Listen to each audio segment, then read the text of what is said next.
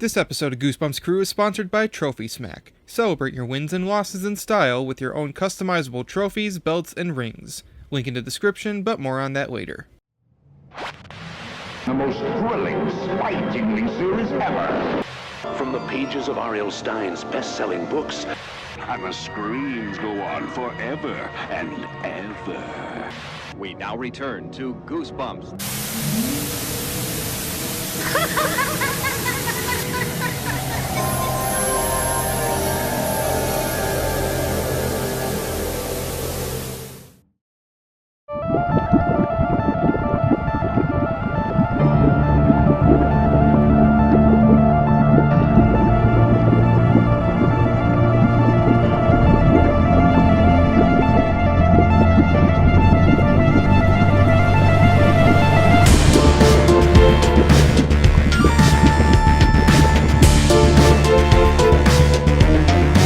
Greetings, Goosebumps fans, young and old, big and small. Welcome back to the Goosebumps Crew Podcast. As always, I am your host, Isaiah Vargas, also known as the Goosebumps channel on YouTube, Twitter, and Instagram. And as usual, I'm joined by the rest of my Goosebumps crew.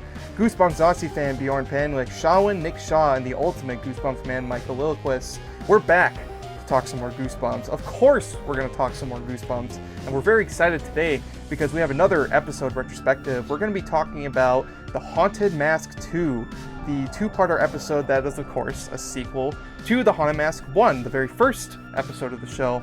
And, of course, we can't do this without some help.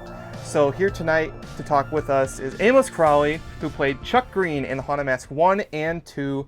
Amos, welcome to the Goosebumps crew. Thank you so much for joining us tonight. Having me. Absolutely. So, of course, we're going to be talking about the Haunted Mask duology, especially the Haunted Mask 2. And you guys are going to want to stick around for that. But first, if you guys are not following the Goosebumps Crew Podcast, then what the heck are you doing? Because if you are a Goosebumps fan, then you guys are certainly gonna want to tune into this. We've had so many wonderful guests from the Goosebumps franchise, including artist Tim Jacobus, Trick or Treat Studios, Chris Zeffro, and Sam First. We've had actors from the Goosebumps 90s show, including Kai Eric Erickson, Scott Wickware, Ian Clark, and of course, Amos Crawley, and many other wonderful guests that we've been able to talk to and learn so much about. So if you guys love Goosebumps and you are a Goosebumps fan, make sure you follow the Goosebumps Crew Podcast on YouTube, Spotify, and Apple Podcasts, wherever you can find podcasts. In terms of news from the Goosebumps world this week, there has been an announcement that the next classic Goosebumps books in that series are going to be reprints of Invasion of the Body Squeezers Parts 1 and 2, another Series 2000 reprint, and surprisingly, they are doing the two-parter book. So we're going to get 2 books in October, reprints of those books. So very excited about that. Okay, it's time to get on to the main course of tonight's. We're going to talk about some Haunted Mask. And Amos, we're very happy to have you here tonight to talk about that episode. But before we get into that, why don't we hear a little bit about yourself? Why don't you tell us a little bit about your acting career?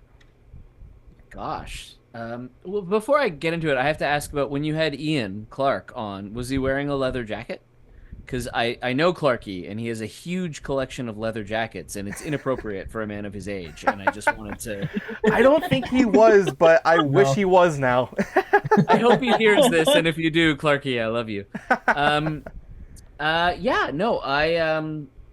Hi, thank you so much for having me. I'm Amos. I am an actor based in Toronto, Ontario, Canada.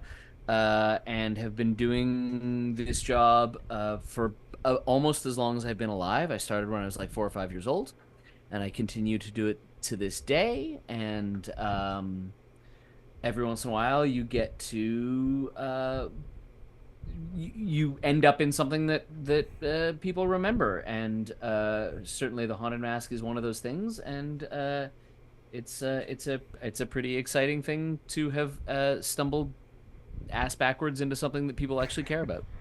Absolutely. And talking a little bit about that episode, now I'm always curious personally whenever we have someone who is involved with the TV show. But I guess my first question is, had you heard of Goosebumps before you got involved with the TV show?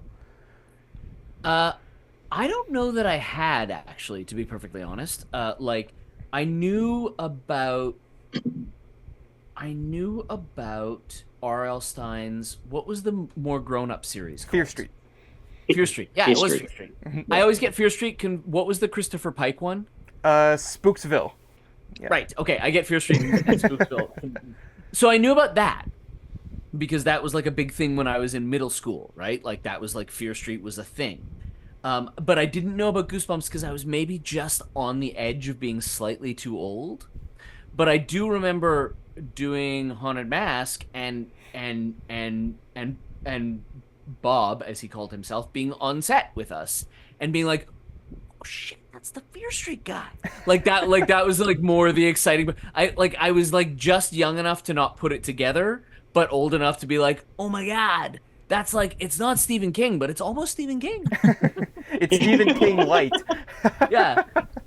Yeah. So I don't know that I would have known about and you guys would probably know better than I would whether that was because the TV rights were sold so early that the books weren't out yet, or like actually don't know how simultaneous those things were. That's what I'm willing to assume, because the TV series started in October 1995, and by that point, it was 3 years and 3 months since the first book. For that, even as big of a franchise as it was, it is known that it took a little bit for it to kind of kick off. In fact, actually, there's an interesting story that they were originally going to stop at book 6, I think. So it was going to be almost like one of those one and done, do it and then never hear from it again. But I feel like with the books kind of being like such a new concept, horror for kids, Stephen King for kids, and coupled with this TV show, I think that's what kind of got the ball rolling until it eventually reached the height of its popularity. But I'm always interested because there are some people who had heard of it, and then there's some people who weren't aware of it until after the fact. But that's something that always interests me personally. Now, related to that, how did you get involved with the episode? I think it would have been a pretty standard audition process. I had been working as an actor for a number of years already, and I would have gone in and auditioned for it and gone out.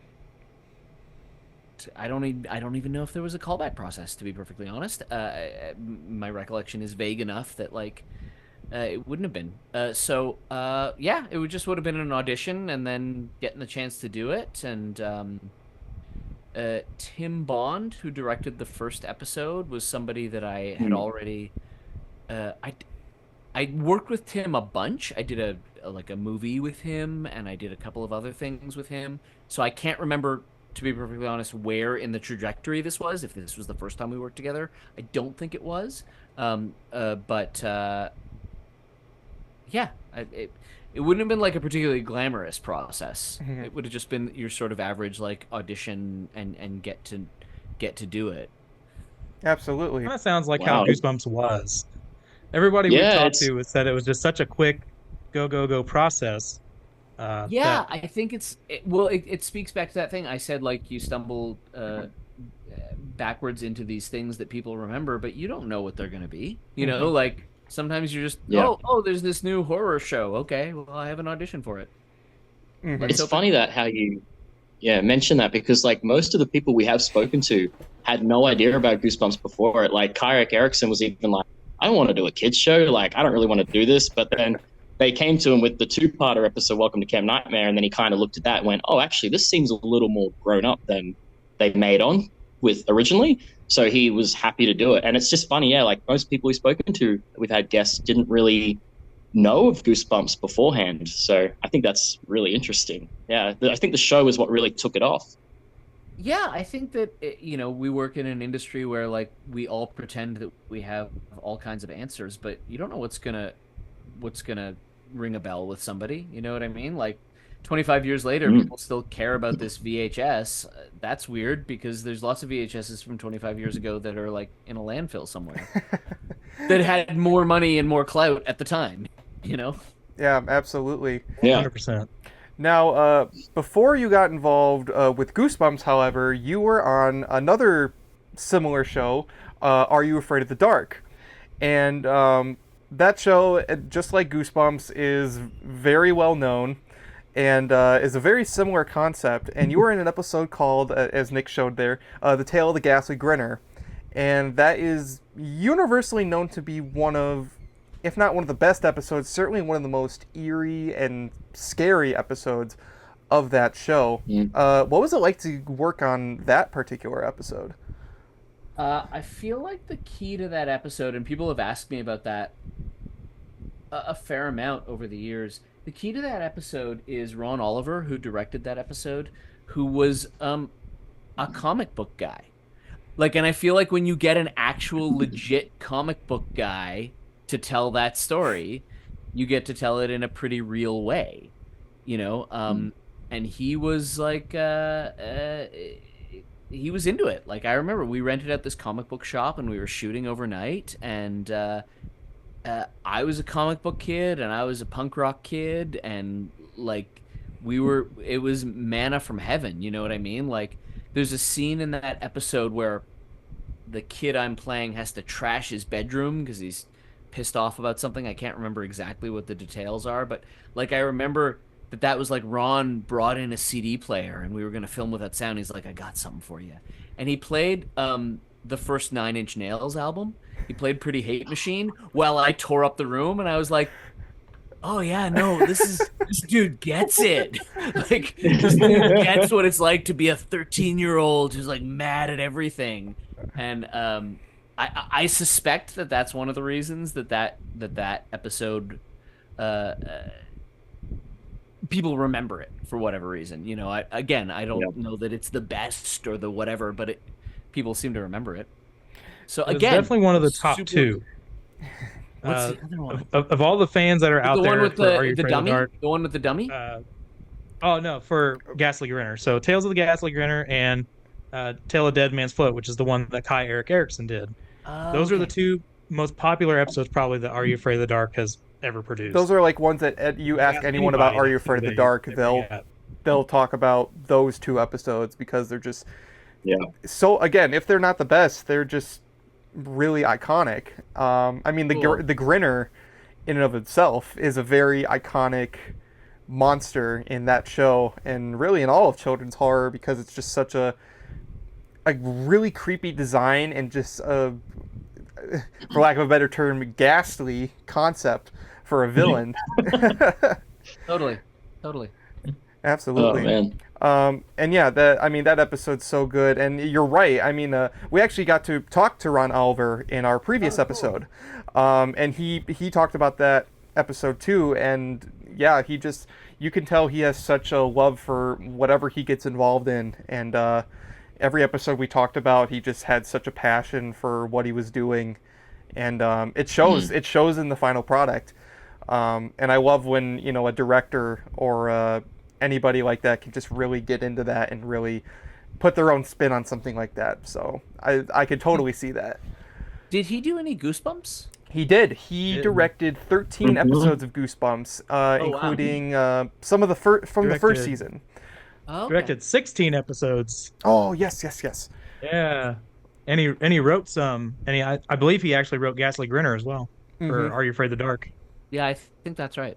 Yep. So it's always funny because people always love to talk about how similar Are You Afraid of the Dark and Goosebumps were, not only because they were running at the same time, but they shared a lot of the same cast and crew at times, which was always funny.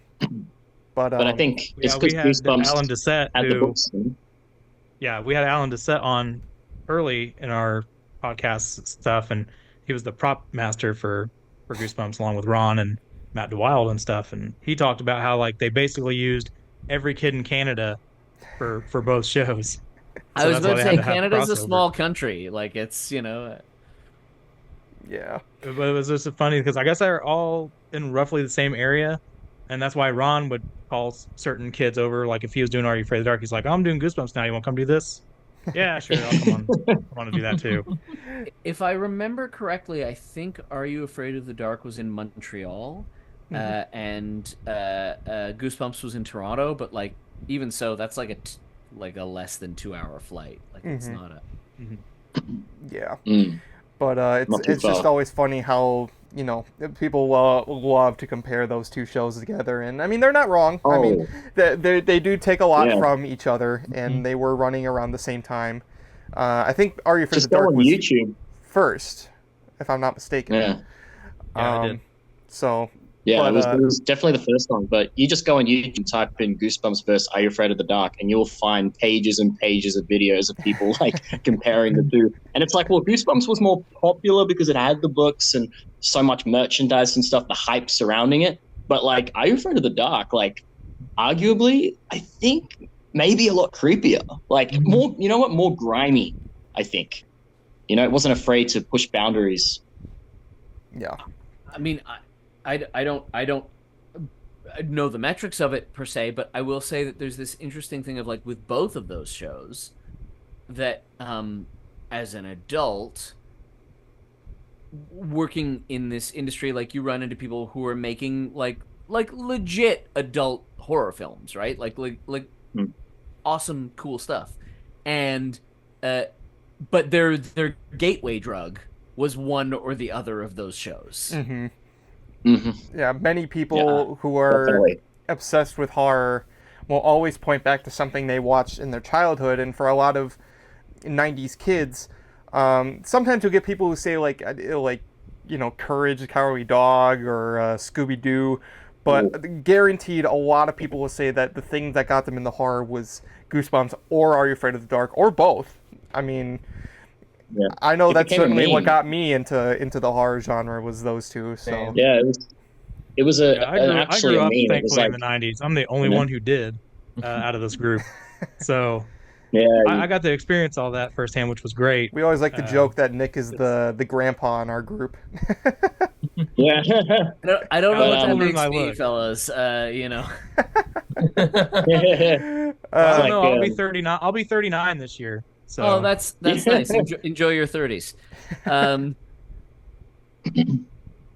But when it comes to Goosebumps, so again, you were in not one episode but two-parters, so technically 4 episodes. So you got a pretty good deal.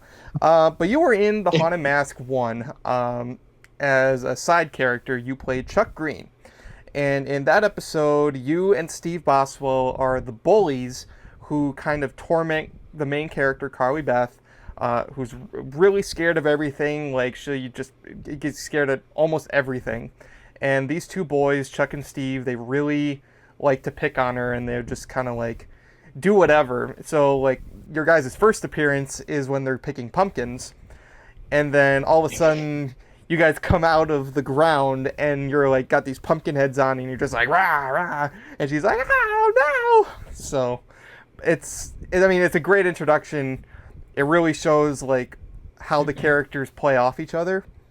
But that episode is regarded to be the absolute best episode of the show. It was the very first one, and it said that is the best episode of the show, because going back to our discussion about children's horror, that's an episode that doesn't have a lot of like big like jump scares or like big creepy monsters in it. It's a very subtle story, and that's why it's so good, is because you have the supernatural element, but it's about a character overcoming her sort of inner obstacles or inner demons, and becoming a better person because of it. And it's all started because of her own falls as a character, but also because you have outer sources like Chuck and Steve who kind of egg her on until she decides to fight back. And that's always just been the interesting thing about that episode for me, personally. I think that horror as a genre, whether you're thinking about it for whatever age group you're talking to, Pardon me, I'm knocking my mic. Horror as a genre is one of those things where, like, the reason we have it is that it allows us to, like, manifest in a, you know, a supernatural or a larger than life way the genuine fears that there are, right? And when you're talking about adolescence and you're talking about a kid who was bullied, I remember being bullied as a kid. I think there's a lot of people who would identify with that. Like, and I distinctly remember around grade 6 or 7th grade, because if you're in America, that's how you say it. That I got the chance to bully someone else, and I jumped on that shit. I was like, I'm gonna bully this kid because I finally get to do the thing that's been done to me. And I remember that kid's dad pulling me aside and saying, like, I've seen you get bullied. Why are you doing this to my kid? And I kind of feel like that's the Carly Beth story without, like, getting too high-minded about it. Like, that's what it is, right? Like, you get the chance to do to someone else the thing that's been done to you, and you find out that it fucking sucks. Yeah. It really does. And that's the great thing about it, because I mean, she's tormented, and she just, after so one of the bigger scenes of that episode is when she kind of just reaches her breaking point, and it's after the cafeteria scene where Chuck and Steve come up to her and they're like, you know, we're really sorry, like, we want to make amends. Here's a sandwich. And they put a worm in the sandwich, and then she bites it in front of the whole school and then is, like, just super freaked out. Everyone's laughing. Chuck and Steve are just in hysterics, and she just runs home. And I mean, like, just a testament to, like, how different this episode is from the rest of the Goosebumps show, because the Goosebumps show, for the most part, is pretty cheesy all around. It kind of revels in sort of the spooky atmosphere. But this scene where she goes home and she just tears up her duck costume while crying is extremely somber. Mm-hmm. And I mean, it's just like, it's a character just reaching their breaking point, and right after that is when she's like, she kind of, like, she stops crying, and then she just goes over, she fishes the money out, and then, like, I'm gonna teach him a lesson. And that's when it really starts to be like what you said, I'm gonna do to them what they did to me. It's like sort of a revenge sort of thing. You kind of lose yourself to your revenge. It's the pig's blood dropping on Carrie. It's Florence Pugh in Midsommar. Like, it's, you know, it's like, it's a thing, right? It's a horror movie trope, and it's because it's pretty real. Mm-hmm. And yeah, definitely. Absolutely. One of the questions, more relatable human emotions that's out there, besides definitely feeling bullied, feeling no self-respect for yourself, you know, and just taking crap every day from people. I mean, I think everybody can relate to that, especially for those who already feel like they don't have enough confidence in themselves to begin with. To kind of have everyone around you sort of dunk on you like that can really do something to someone like that. And it's not to say that everyone's gonna, you know, like, turn evil or anything like that, or, you know, put a haunted Halloween mask on yourselves, but it's a very real thing that a lot of kids go through, is that they kind of feel like they are left to fend for themselves in the world, and it is sad. It's a thing that many kids do experience in their lives. Yeah, I mean, you know, there's a reason that the show is for the weirdos, you know? Yep. Well, the weirdos are usually in that, have those experiences, but we thrive. We thrive. You got to have something for the kids who sit in the back row, you know what I mean? Yep, absolutely. Oh, yeah. Bjorn, you had a thought there for a second there. Oh, no. Basically, it was just to add on to that thing about the worm, because we've heard mixed stories about that worm. R.L. Stein claims that Catherine wanted a real worm because she found it hard to act with a fake one. And then Alan said, no, we would. Alan just said, we had on said, no, we wouldn't have done that. We wouldn't have put a real worm in. Do you remember the truth? Was it a real worm or a fake worm in that sandwich? I was so panicked about this, Bjorn, because I knew this question was going to come up, and I have the most disappointing answer, which is that I don't remember. I don't know. Oh no! I knew the minute I was like, "Oh, I'm going to do this thing. It'll be great." Oh, they're going to ask about the fucking worm. And like, I think the only person whose answer I will accept is Catherine's. And Right. I have no idea what she would say about it because I honestly don't remember. Well, when we I get I will tell you what my heart says. Like, I hope it's true. it's like a big mystery. It's like you have all these people saying yes, it was, no, it wasn't. It's like now we're really curious to find out. I'm hoping it's true because that's hardcore if she chose to do that. That would be Right? super So- cool. That's Yeah. like the ultimate boss move for an actress. Yeah. Well, I guess we can ask her. Like, we'll get Yeah. the chance to actually ask that question. You'll We'll get her the- on the at some answer. point and tell her that I want to know. It'll be We big will. news. We'll be It'll sure to send you big the link. reveal. I'll email you the link to her podcast. We'll make a short of it and we'll send it to you. So that way you get the answer. That would be a good short. Literally, just that would be a good short because we can be like, "Hey, we got the answer. Here it is." Yes, the mystery that all Goosebumps fans want to know. Was the From the worm source real? herself, from the actress herself, who actually did it. Yeah. Exactly. But no, and obviously not getting too much into detail in the other episode because after that scene, Chuck and Steve are certainly like that's what she wants to do. She gets the mask because she wants to scare the bullies that bullied her.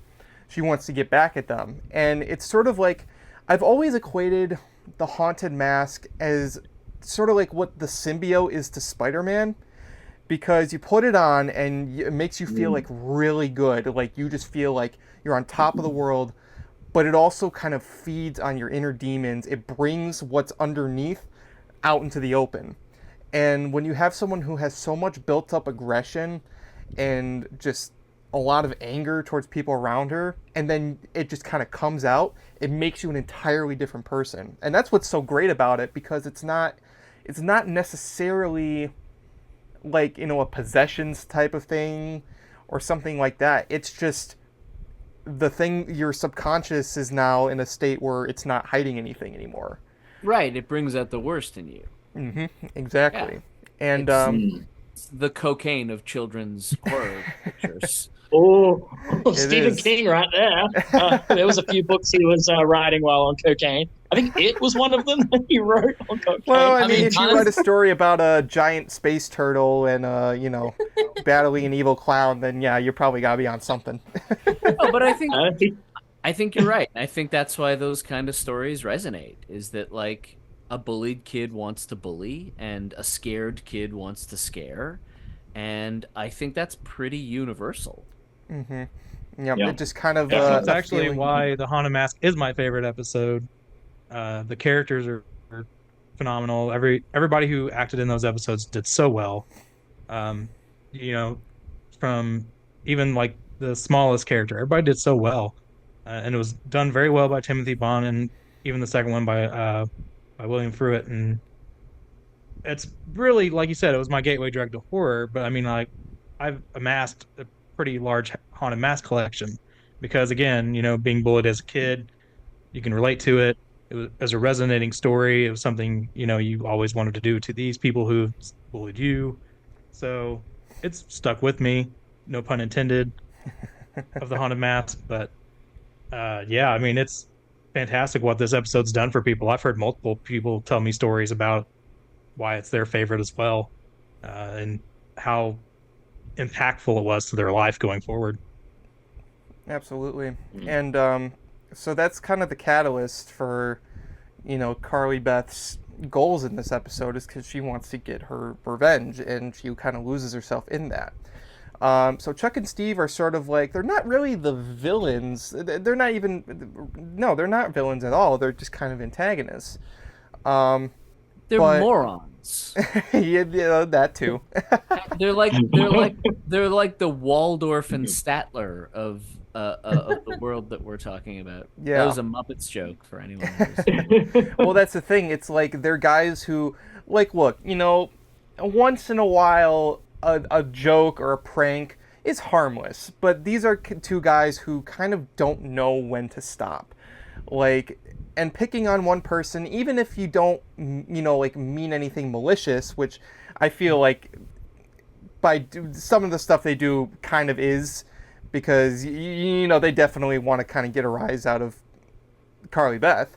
But even, like, if you don't mean it, but you do it a lot, it just gets to that point. And some people just don't know when to quit when it comes to pranking. And, I mean, they certainly learn very quick what the consequences Well, I kind of are. thought that was why the climax between Chuck and Steve and Carly Beth in the cemetery scene was so prevalent and so impactful, too. Because even when she wanted them to apologize, they're like, for what?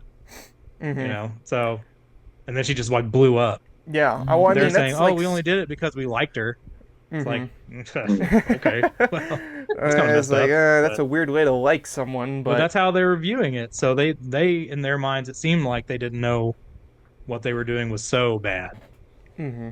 Yeah, they probably just viewed it as harmless fun. Like, yeah.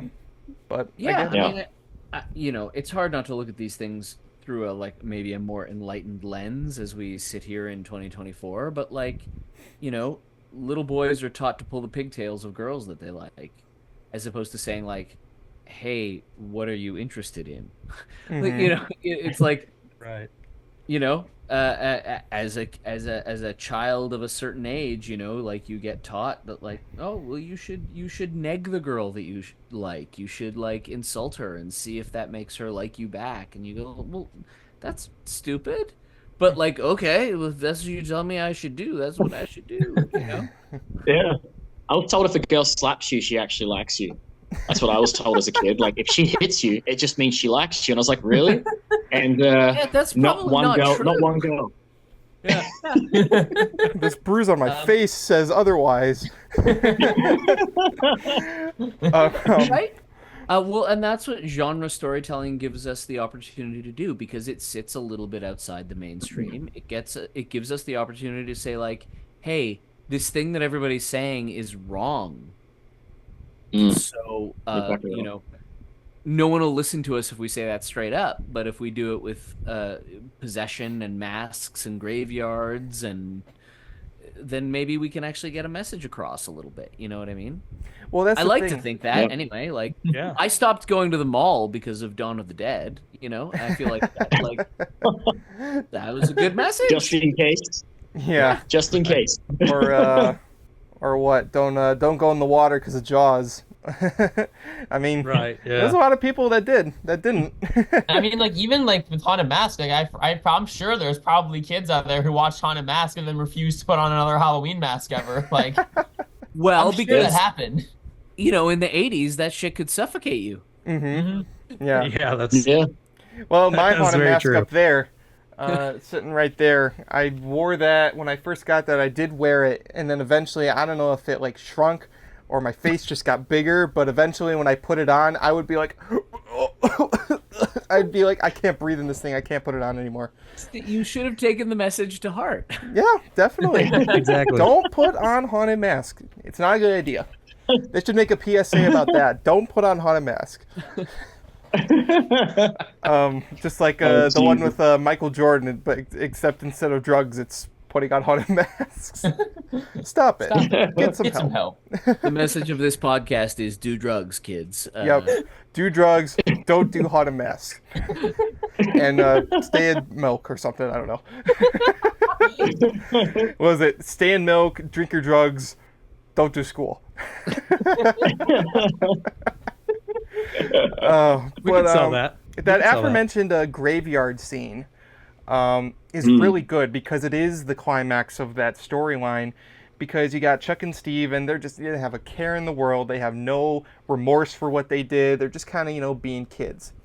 And then when Carly Beth shows up with that mask on and the plaster head on the pole, and is just like screaming and yelling and just being like, you better apologize to her. And they're just kind of like, they're not really like crying, but they're just kind of like really, really, really freaked out. And it's like, well, that's what happens when you sometimes that's what happens when you push someone too far. They lash out. They will get really, really angry. And I mean, it was just a great scene because it was really just like the moment where things really kind of like, not only for them but for the audience, that just like, wow, like she's really kind of like gone off the deep end now. She may not do anything physical to them, but it's like really, really nasty stuff. I mean, like, I'll make you wish you were never born if you don't apologize. Yeah, I mean, it's a very similar message to Calling All Creeps, the book and the episode. It's a very similar idea, even though that gets a little bit more extreme at the end. But well, that one's not exactly a happy ending. No. It was for me, but yeah, I mean, it depends on how you look at it. For Ricky, it was a happy ending. As Obi-Wan says, it's all a point of view. Yes. But talking a little bit about that scene, or just your experience with the episode, what was your reaction to first seeing that mask? Did you see any scene before the graveyard, or? So one of the vagaries of like filmmaking is that like, yeah, we'd seen it all, right? Like it had all been like, oh, we saw it when we were getting our like touch-ups done in the makeup trailer. Like, you see it all. I think it's a testament to Catherine and to the energy of the set that like there was enough energy to make it feel more extreme than it actually was. But yeah, we are aware of that stuff, right? Like, that's kind of the gig, right? Is to like make it seem like a brand new thing, but it's all actually pretty choreographed. Which is and then at the end of the day, like, an editor puts it together and makes you look a lot better than you actually looked in the first place. Like, they make it seem a lot more shocking and truthful than it was when you did it. Because it's such a collaborative art form. But yeah, no, I mean, seeing a mold of someone's head is kind of cool. On a pike. I actually realized later down the line that she puts the red cloth underneath the head, and they don't say it outright, but it was said it was supposed to almost be like a bloody head on a stake. 100%. Yeah. It's full on Vlad the Impaler. And it's creepy. It's really creepy, especially when you look in those details. It's like things can get pretty dark, even if you don't outright say it. 100%.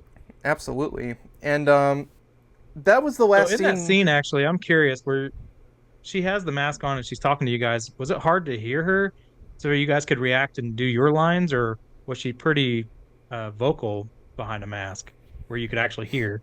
I think in the final episode, if I am remembering correctly, like, they've done something to treat her vocal quality, like there's some sort of filter that it's going through.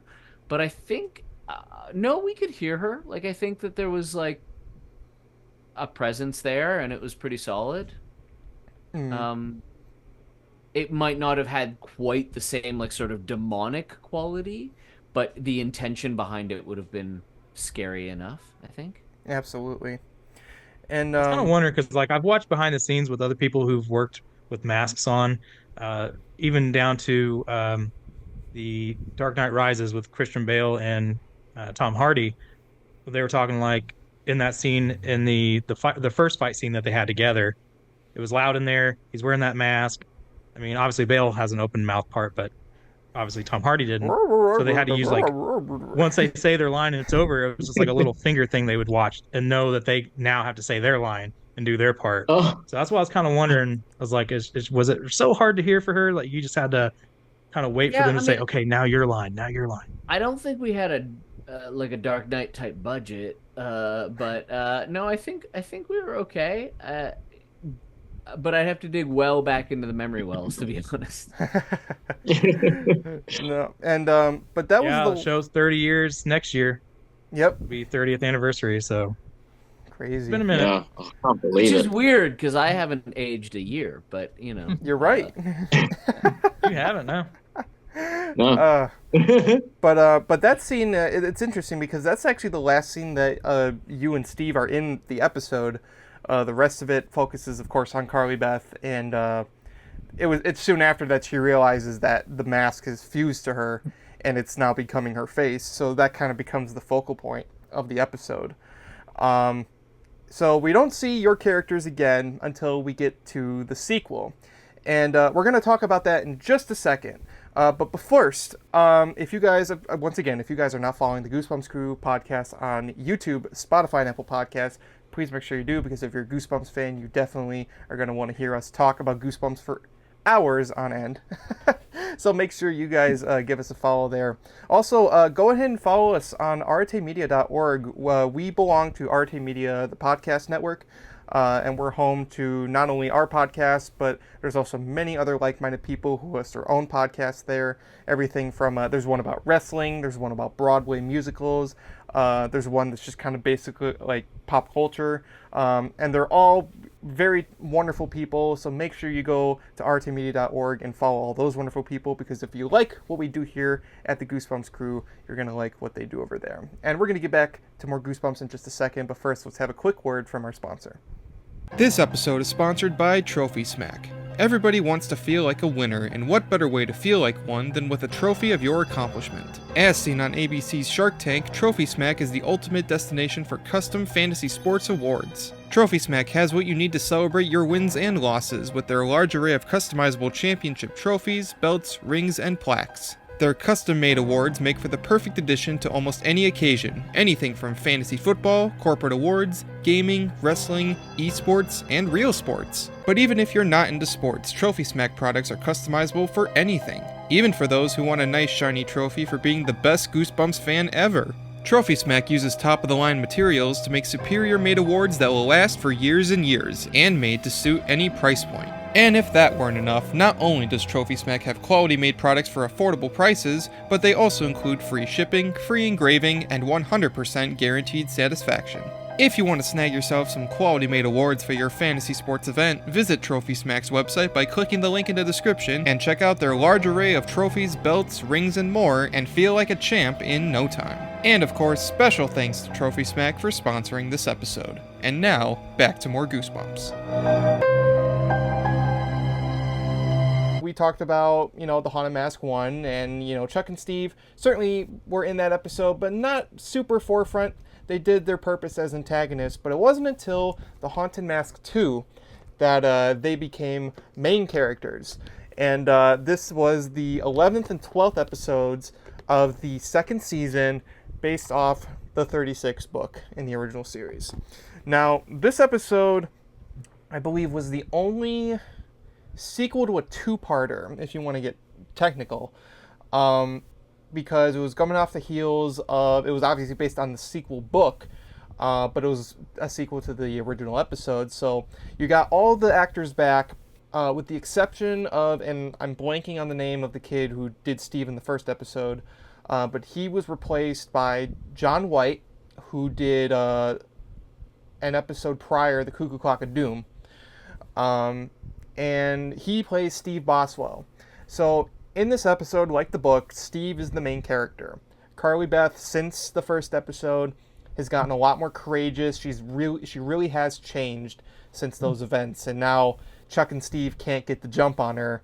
They're kind of just like, there's a great scene in the opening of the episode where they're walking home, and she just is all of a sudden like, hold on one second. And she just walks over and then just scares Chuck and Steve out of the bushes. And they're just like, man, you were so much easier to scare last time. And I just knocked my headphones out by doing that.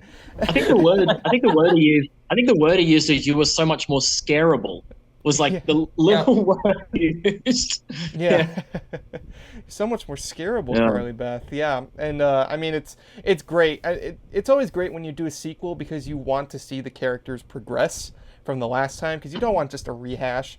You want to see that they actually learn from what they did. And that was just a great opening, because it really shows that Carly Beth moved on from those events, and you feel really good for her. But she's not the main character this time around. It's Steve, and Steve is feeling troubled because he wants to, like Carly Beth, be scary on Halloween. But this time it's not to get revenge, it's just because he just wants to be a little shit.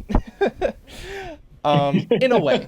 And Well, so like it's their last Halloween. He wants to be scary. Didn't want to be a pirate again. but that's if you believe I get it. the notion that people need to stop doing trick or treating at a certain age. I'm pushing 23, and I'll still go dress up on Halloween. I don't care When what I go nobody around with my says. daughter, I'm dressed up. I go around with her But all the time. But yeah, this is a scenario where the kids think that once they turn like 13 or something like that, that they can't do Halloween anymore. And that's the whole catalyst, is he wants to make this a Halloween to remember. And Chuck's just kind of like, man, who cares? He's because they're like, we don't want to be pirates, or he's like, I don't want to be a pirate again. And then, Chuck's like, well, maybe you'll be a scary pirate. He's just like, shut up. Is that? I love that. You'll have to forgive me. Do I end up as a gangster in this one, or is that in the first Yep. one? Yep, you're a that was my mobster in favorite this one. Yeah, mobster. Yeah, because I remember the little mustache. And actually, like, You're speaking of literally that, Gangster, on- like in the movies. Yeah. yeah, speaking of that as well, like, one of our good friends, Goosebumps Completionist, who's a big Goosebumps fan, and he loves Haunted Mask 2. It's his favorite episode of the show. And he is actually wondering, did you have any say in the gangster costume? Gosh, I don't think I did, but I remember that it was pretty cool. Yeah, you even did sort of like the Goodfellas sort of like Yeah, it's Italian the mobster sort of thing. you know, not for nothing. My middle name is Rocco, and I feel like I really identified with something in wearing those pinstripes. Yep, and you even had like the like tubes in your mouth, so you had sort of like the little Yeah. sort of thing. That was fun. And honestly, I mean, I love that you guys got more. I mean, here's the thing about Haunted Mask 2 is that, you know, we talked about Haunted Mask 1. It's a lot more somber. It's a little more internal sort of conflict. It's a very subtle kind of episode. Haunted Mask 2 is definitely more traditional Goosebumps. It's definitely more of an external threat. In this case, the shopkeeper is overtaken by the haunted mask, which comes to life, which, I mean, the mask did do that in the first one, but now it's alive, it can do whatever it wants, and it takes over the shopkeeper, and that's sort of the monster of the episode. But then you have Steve, and he wants to be scary, so I guess in the time between the two episodes, the shop closed down, it's boarded up. It really makes you wonder how long it was sitting there, because it looks like it's been sitting there abandoned for years, and it's only been like 1 year. So it's like, geez, the economy really didn't do this shop any favors. Well, that's that storytelling trope, right? Like, my kids are young enough that they're watching the Star Wars movies now for the first time, and it's this funny thing of like, between Return of the Jedi and what is the first J.J. Abrams one called? Of Star Wars? Force Awakens? Force Awakens. Force Awakens. New- Thank you so much. Yeah. Yep, I was blanking. But there's this whole thing in Force Awakens where they're like, Luke Skywalker, that's a legend. And then you do the math and you're like, but that was only like 30 years ago. Like, that's as old as Goosebumps is. Like, that's not like, what do you mean a legend? Like I know who Rick Astley is. I don't think he's a legend. So I feel like there's a little bit of time warp storytelling happening there. Exactly. And it's just Sorry, it's that just was really my Star funny. Wars rant that I just had to go on. I apologize. Yeah, no, that's fine. I mean, it's just really funny when, like, very short amount of years, and yet they make it seem like it's been like an eternity since. And yeah, like I said, Is Hayden Christensen a legend now? Hayden Christensen for being in Goosebumps. 40-year-old Hayden Christensen is. that's funny. Yeah. So Chuck and Steve. I mean, I just love that they're sort of the forefronts of the episode. Carly, Beth, and Sabrina are certainly there too, but they're sort of like. I kind of equate them to sort of like Dr. Loomis in the original Halloween, where they find out about the haunted mask, and it's Carly Beth especially, and it's just like, we need to find it, we need to destroy it, and they're just running around like lunatics, just like, have you checked there? Have you checked there? It's very, Donald Pleasance in Halloween 1. But But Chuck and Steve are at the forefront, and I love the interactions that these two have. I mean, John White was a really charismatic, one of the most charismatic actors in the Goosebumps show, because he just kind of had like, even though it was, you know, that personality was kind of being a dick, he did it really well. He could be like really like bratish, like and talking to his mom. He's just kind of like, "Don't I have any boundaries around here? Like, get out, mom!" Or like even talking to Chuck. It's that Dennis the Menace thing, right? If you're gonna be a dick, you have to be charming. Yep, you have to be like, you have to be a dick that's not unlikable, like someone that you can root for, but you're also kind of like, wow, what an asshole. Yeah. But like the entire nation of Australia. Yes. Yes, there is plenty of them here. Oh my god. Like the way we are stereotyped in like American films is just hilarious, because I'm like, there actually are people like that. I mean, majority of us aren't, but like you will meet like the stereotypical Aussie and go, oh my god, this is why we exist in like American films this way. Depicted that way. It's okay. Like, Canadians are always apologizing and living in igloos. I get it. It's fine. yeah. Oh my god. Sorry, that's really funny. Anyway, but even like the dynamic between Chuck and Steve, because in the first episode, they're kind of like two peas in a pod. They're kind of the same person. In this one, you have Steve, who's kind of like the loud, like rambunctious one, and you have Chuck, who's sort of the more cautious one, but they also kind of have him be like the one who's more carefree.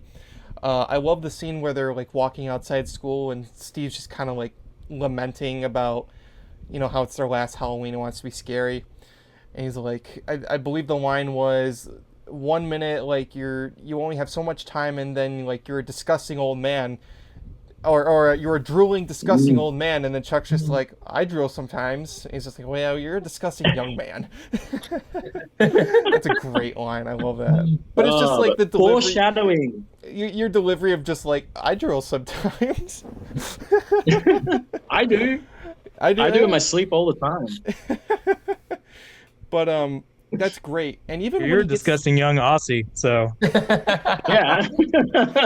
But it's like every morning I wake up, I'm just like, oh, again. Yeah. And then it's like you have that dry drool there, and like sometimes like, because I get up at 4 a.m. for work, so sometimes like I'll brush my teeth, but I won't even really like wash my face or anything, and then I'll get to work and everyone's just like, this. I'm like, oh shit. Welcome to the dry drool all here. It's toothpaste. It's toothpaste. I swear. It's just toothpaste. But I just love that dynamic of just kind of like, you know, you have one guy who's, I mean, it seems like they've not really moved on from being like kind of the stereotypical bullies. They just kind of lost their punching bag. So now they're kind of scrambling to find like, okay, well, what can we do now? Well, I think, and you know, and I might be putting too much of a microscope on it, but you know, we were talking about the first episode and the idea of like the bully wants to get bullied. Well, in this case, it's like sometimes one of your friends starts to worry about being a grown-up a little bit more before you do, right? Like you get to that age, that 12, 13, 14-year-old age, and like one of you wants to start dating and the other one wants to keep collecting Magic the Gathering cards, and it's like, well, what, like, not that those are mutually exclusive, ladies and gentlemen, I just want to say that, but it is this thing of like, well, one of you wants to kind of make a big stand, and usually when you do that you end up doing something stupid, which is kind of what I was like as a kid anyway. Yeah, absolutely. And well, they always say that you can't be old and wise until you're young and dumb. So I've heard that one. That's true. Absolutely. And well, even when he gets like the mask for the first time, and I mean, because this is a scenario where, you know, in the first one you have a shy, timid girl who's very kind in her own right, who kind of loses herself to her inner demons. Here Steve is very much like, I want to be like this, and he gets the mask and he just kind of owns what it does to him, because he's not necessarily hiding the, you know, sort of like his intentions. It's more when the physical changes start taking place that that it starts becoming a problem for him. And like I said, it leans more into the goosebumpy sort of traditional Goosebumps story because that sort of stuff is more prevalent. Like when he starts like really getting like old and tired, even when he like first puts the mask on, he's kind of like, oh, I'm really tired. And that was that was a great scene too when he meets up with Chuck, and Chuck's just kind of like, dude, like, what is wrong with you? Like, you're like, he's like scaring off kids. He's stealing their trick-or-treat bags and just like gnawing at candy. He's just like, you're disgusting. And it's like, That's when some great dialogue came though from John White's character who played Steve, though, when he kind of gets in Chuck's face and they kind of do that zoom in on the old man mask, and you can see he's like, he really means what he says right now. He's like, yeah, leave me alone. You're nothing to me. Like, yeah. Straight up, you're trash. Get out of here. Mm-hmm. It's like, if you don't want to be part of this, fine. But that goes right back into what you were saying earlier, Amos, with how some have grown up before somebody else did, and it's just kind of it's kind of conflicting at that point. Mm. Mm-hmm. Absolutely. Another great scene I really like, because like I said, so Steve and Chuck are more prevalent, and I like that in this story you sort of get that redemption arc still, because you go from the bully characters being bullies to here where they're like sort of becoming like allies, and that's a great progression of those characters. Because my personal favorite scene, because I always love to watch these two episodes back to back, especially on Halloween. Yeah. And the way that this episode ends with the two masks burning in the fire, and you have all four of the kids just sitting around, and you have that they're just watching it. It really feels like the finale of that story. Like, it feels like it kind of reaches a natural conclusion where all four of these kids kind of come to grips with themselves and they move on. And that's great. I mean, you go from the, episode 1 to episode 2, and you have a whole group of friends now. So it's a very good finale to that sort of story, in a way. They did a great job making it feel like a natural progression for those kids' stories going through both parts. Mm-hmm. Even to the end where, Steve's now, admitted after that's how he got the mask off, was the fact that he protected Carly Beth, that he didn't want to, have her hurt or anything, but he actually does love her too as a friend. Otherwise he wouldn't have been able to do what he did getting the mask off. Mm-hmm. But even at the end, and his mom's like, I guess Halloween's not such a big deal anymore. They obviously makes the joke, I guess I'm getting too old. Mm-hmm. So it was a really nice natural progression going from how they were in the first part to where they are now and actually can be friends and get past that whole, as you said earlier, pulling the pigtails of the girls, basically. Yeah. It just kind of showed they matured over the year. It is a story of maturity. It really is. Mm-hmm. Yeah, I mean that's what genre storytelling is there for, right? It's like, as far, I don't want to get like pretentious about it, but like that's what Grimm's fairy tales are for. Like that's what, like, it's just a way to help you cope with growing up, because growing up is fucking hard.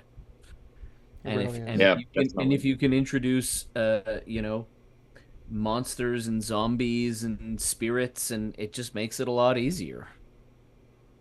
Definitely. Well, that's especially children's horror can do a really good job of selling those messages, even through the weird and supernatural.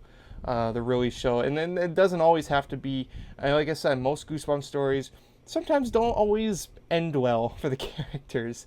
I mean, again, it kind of goes back to the classic Grimm fairy tales, but this is a story where, these kids really do kind of mature and grow up, and by the end of it, they can learn to be friends and, defeat evil possessed Halloween masks while they're at it.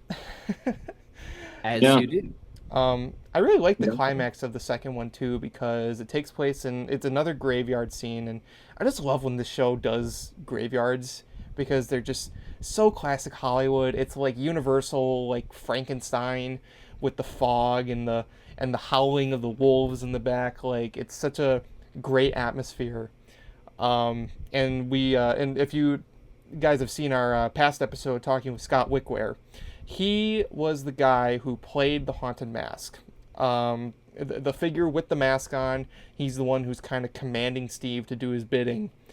And he did a great job. I mean, that final confrontation when Steve's just like holding her in front of the mask, and then my favorite part of that is just when you say to him, you're just like, Steve, let him go, and he's just like, the old man will do as I say, like just booming scream, and it's holy, like, and like rightfully so, the kids are like, okay, man. we're yeah, cool. I mean, when we had Scott on the podcast and he yelled upstairs to his wife to come down because she had played in an episode with him scared. of Welcome to Dead House. Like, he was like, Marilyn, like, oh, bro. It's just like, holy crap. It was just like, oh, inner mass mutant haunted mask coming out of this guy. Holy crap. Yeah, 100%. Like, did you get approached to do any other Goosebumps episodes during like the time? So the only other episode I ever did is I'll call it a partial appearance. I want to say it was called The Werewolf of Fever Swamp. Oh. It's like a kid, he turns into a werewolf, and then there's like a whole like almost like film noir PI voiceover, like it's his internal thought process the whole time. So I'm the voice. Oh. That's me doing the like voiceover of the whole thing. I'm not actually in the episode, but the like narrator is me. Really? Oh my god. It might have been werewolf skin. There's your deep cut. That's really cool. That might have been werewolf skin. I don't Maybe remember. It's called werewolf skin. I'm not sure. Yeah, I don't remember he looks in the Grady having an mirror internal and he's a monologue. werewolf, and he says something about hating mints. Yeah, I'm pretty sure that was werewolf skin. I think that's werewolf skin. I think so. the Yeah. kid wasn't- Oh my the kid god. wasn't a werewolf, but he was. It turns out his aunt and uncle were werewolves. Okay. But I think he's the character that had an internal monologue. And now that you talk about the mint thing, I think that's hilarious knowing that's you now. Given Because here's Chuck's You said I hate deal. mint in Haunted Mask 1. Here's the deal with the mint thing. Yeah, it's a throwback. It's a throwback to the Yeah. guys going through the candy and saying, "Oh, I hate mints," and throwing them out. And because I was doing the voice in the werewolf thing, the producer was like, "You gotta say something about hating mints." It'll be like a little throwback, and it's a little Easter egg in it. Yeah, and that's that's awesome. 'cause I amazing. didn't know that. That's really cool. I had no idea. I that love was that you. line, Oh my- too. Yeah, I hate mints. Do you actually hate mints? That's No, the question. I got no Amos. problem with them. They're good. They're delicious. But weirdly, Okay, all right. I've been to Eastern Europe, and I hate Minsk. Oh.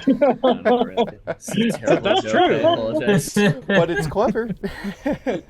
No, I Oh, love wow, that that's line because, amazing. I mean, he just, your friend has this really creepy mask on. He steals a candy from a kid, screams at them, sits down, hands you a piece of candy, and the first thing you say is, "I hate mints."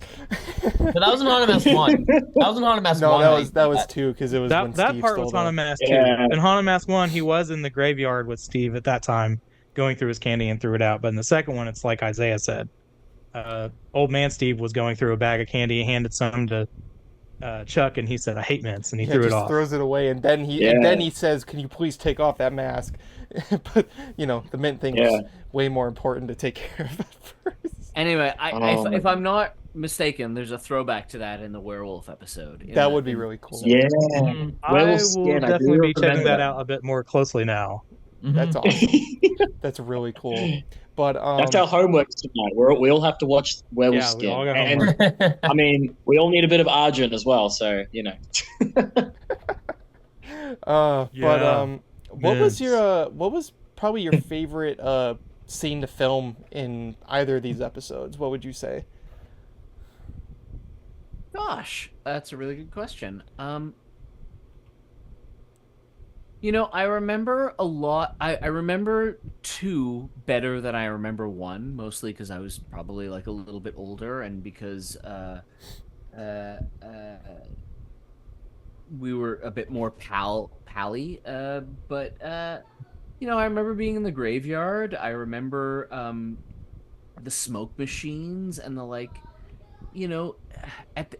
at the end of the day, like, we play make-believe for a living, and sometimes we just get to play make-believe with a lot more set dressing than most people do, right? Like, most of us just go out in our backyards and swing around sticks and stuff, and sometimes you get to be in a graveyard with, like, cardboard tombstones and smoke machines going, and, like, that makes it a lot more fun. Oh, yeah, So, dress yeah. as a gangster. Yeah, and It's you're a shame dressed they as didn't a let you, like, and- bring out an inner gangster at the end of that. Right? It's like, oh man, what do I say? And then just inner gangster Chuck comes out, It's like, are you talking to me? Are you talking to me? Yeah. It's just it's a very silly way to Nobody else make a but these living, girls. but it's pretty fun. It is. Or if the show is Did you more get to- adult, just pulls out 2 pistols, shoots the haunted mask Yeah. down. Wow. With the fishes, my friend. Did you get to keep anything from set? Like, that's one thing we normally ask everyone. Like, did they give you anything? Yeah, I don't think I did. I can't. It's funny. You guys were asking about Ghastly Grinner earlier, and I remember they gave us all Ghastly Grinner T-shirts with the cover of the comic book on it. That's cool. And That's so awesome. I had that for however many washes it survived until it just like all the print just faded off of it. But no, I don't think I kept anything. Other than the memories. Hey, the memories are good too. Hey, Well, it's forever up there. Forever up there. Yeah, I was gonna say the experience is sometimes all you need. Yeah, totally. Because that's always going to be locked in your brain. The props and stuff will fade away eventually, Yeah. Yeah, well, and Yeah. if I'm honest, like, the thing that I keep from it the most, and this is going to sound really corny, and I apologize, but the thing that I'm going to keep from it the most is, like, talking to guys like you. Like, every once in a while, somebody comes up and says, like, I fucking love that show. And, like, that's way cooler than anything that happens on set. Mm-hmm. It just is. Well, if you can't tell, we fucking love that show. We fucking do, man. Oh, we do. Oh man. I have like a dozen copies of this on VHS. Like, I'm not even kidding. Every time I see it, I'm just like, I am OCD compulsive for Goosebumps. Like, I have like 50 copies of Night of the Living Dummy, like the book. So, you know what I mean? Like, I can't control myself. I don't know if it's a mental thing or what, but I'll just, it's my life. That's what I'll do. That's what I enjoy. Well, and I'm curious too. Have you gone back to like rewatch this episode recently in recent years? I have not seen it in 30 years. Oh. And it's so funny because, like, when I told my wife that I was going to do this tonight, she was like, what we need to do? We need to watch that show with the kids. Like, my kids are 13 and 6, like, and they've never seen it. And she was like, well, maybe we should watch it with them. And I was like, yeah, I guess we should. Like, and that's kind of cool, Mm-hmm. Though generally when we watch things that I've did, they were like, yeah, whatever, Dad. We don't care. Oh, no. Well, eventually when they get older and you can show them Billy Madison, and, the role of Rod, Yeah. it Yeah. might be a little cooler. It's like, hey, I worked with Adam Sandler and Chris Farley. They still won't care. No. Well, that's true. I mean, Yeah. I tell my daughter, who I raised on Goosebumps, I mean, she's 14, be 15 this year. But I tell her, even though she grew up on it, I'm like, she knows I do this podcast and who I've been talking to. She's like, oh, that's cool. Yeah. What's on Hey, Instagram? Dad, thanks. tell me when you're interviewing Billie Eilish. Like, I don't give a shit. Yeah. Right. No, if I said that, yeah, Oh. exactly. Well, if you get Taylor That's a different Swift on story. here, then you can let me know. But until then, Yeah. Oh, it's funny that you mentioned Billie Eilish because I'm a pretty big fan of Billie Eilish. I have a tattoo of Billie Eilish on my leg. Not even kidding. I do. should I'm a call big you fan of her Billie music. Eilish Aussie fan. I know. Well, I'm a big fan of her music. Like, it came at a dark time in my life. Like, I was going in between like relationships, and like I found her music, and a lot of her songs, like my least favorite song is her biggest song, which is Bad Guy. Like I like all the songs that are like from the second half of the album down, like all the dark, gloomy stuff, you know? And a lot of it resonated with me at the time. So I just became a massive fan. Yeah. Yeah. See, there you go. That's what music does, Yeah. though. That's what music's for. Oh, yeah. Yeah, absolutely. Exactly right. But no, and I mean, it's always interesting just again because you never know, as you said at the beginning of the episode, is you never know what you're going to get into and if it's going to take off, and Goosebumps certainly took off. I mean, even if the books weren't like that well known at that point when the first episode came out, they got popular. I mean, by 1997 and 98, I mean, they were everywhere for a while. And even now, I mean, nostalgia is big, and we talk about this all the time, but nostalgia is big right now, especially 90s nostalgia. Like, 5 years ago it was 80s nostalgia, now it's 90s nostalgia. And Goosebumps is no exception. I mean, everybody goes back to these shows, and then they introduce it to their kids, so it's one of those things that will live forever. And it's always really a treat, I feel, for any actors, just to have something that you be in live on. Kind of immortalizes you in a way. So it's a stroke of good luck for sure. Absolutely. And it's funny because like I went to a haunted house last year with my daughter, and they play music while you're waiting in line. You know, they try to play spooky music or whatever. Sometimes it's just regular music. Nobody really got hyped or anything. It was just everybody was still talking to each other. It wasn't until they played the Goosebumps theme song from the TV show, and everybody's like, "Oh, I remember this!" It's like, yeah, everybody like, starts dancing. It's still so prominent in people's minds. Like the show, it's one little thing like that music clip will bring all that right back to you again. It's kind of wild. Of course, for us, we live it every day, so we're very we're very into it. But it's love. Goosebumps is love. Goosebumps is life. I say this on like nearly every video I do. I'm curious. Were there any like interesting stories that happened behind the scenes on set for any of the Haunted Mask episodes? Any like fun things that happened of note? I mean, I feel like we were like mostly like, the nature of a mid-budget TV show at that era, shooting where we were and when we were, like it was pretty go go go. Like there's not necessarily a lot of downtime. John and I connected a few years later. Like we did another TV show together a few years later in Winnipeg, and I was 18 at the time, and where I grew up in Ontario, 19 was the drinking age, but 18 was the drinking age in Manitoba. So I got to go to a bar for the first time, and not knowing anything, I went into the first bar I could find, which is like I left my hotel, and I was like, oh, there's a bar. And I walked in, I thought, man, there's a lot of dudes in this bar. And I didn't realize I was in the gay bar until my second beer. But everybody was really polite and really lovely, and John made a lot of fun of me later. So that's I guess a fun behind the scenes story. I don't know. That is pretty fun. I knew where that story was going. I mean, it was lovely. I going. just didn't know what was going on exactly. Oh my god! Just like, Chuck, what are you doing, man? But no, well, it's the same thing we talked about at the beginning, right? You show up and you do a gig, and you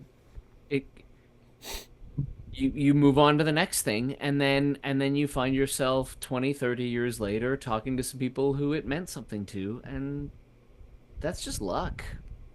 And I feel lucky about it. Absolutely.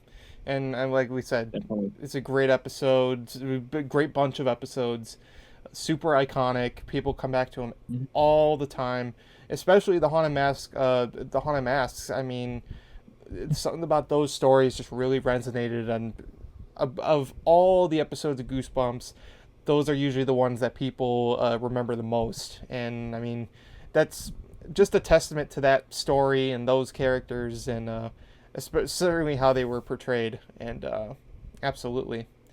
But yeah, I mean, Haunted Mask, great episode. We love it, and Haunted Mask 2 is a great sequel. We love that one too. But I love it.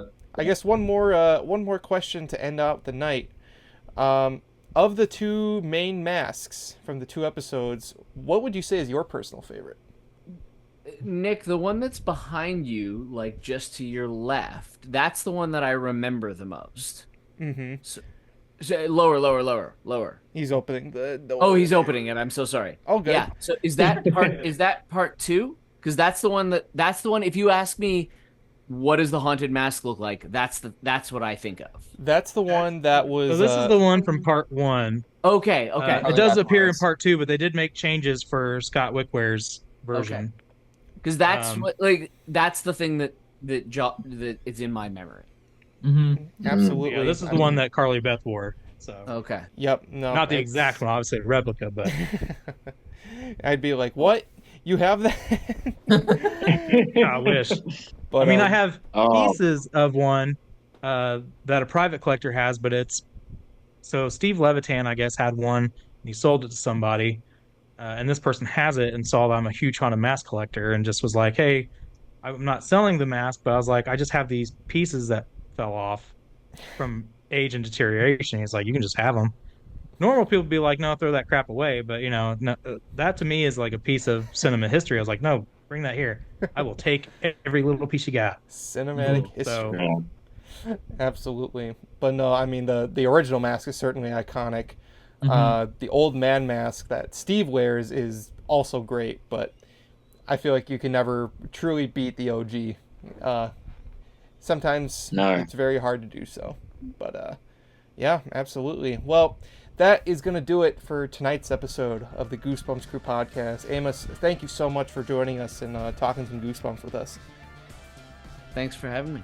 Absolutely. And you're welcome to come back anytime if you'd like. Talk some more Goosebumps. And of course, make sure you follow the rest of my Goosebumps crew, Goosebumps Aussie fan Bjorn Panwick, Shawn, Nick Shaw, and the Ultimate Goosebumps man Michael Lilquist on their social medias and their YouTubes. They really do deserve it. And of course, give us a sub over here at the Goosebumps channel on YouTube and the brand new Goosebumps Crew YouTube channel, where you can catch new episodes of the Goosebumps Crew Podcast. You can also follow the Goosebumps Crew on Spotify and Apple Podcasts. We also have the rest of our social media links in the description below, so make sure you check those out if you want to follow us. And you guys are going to want to stay tuned for next week because we're doing another episode retrospective, and we're going to be doing The Girl Who Cried Monster with Mr. Mortman himself, Eugene Lipinski. So you guys are going to want to tune in for that one. But until then, this has been the Goosebumps Crew Podcast. And for all of us here at the Goosebumps Crew, we want to wish you all to take care, stay safe, and have a scary day.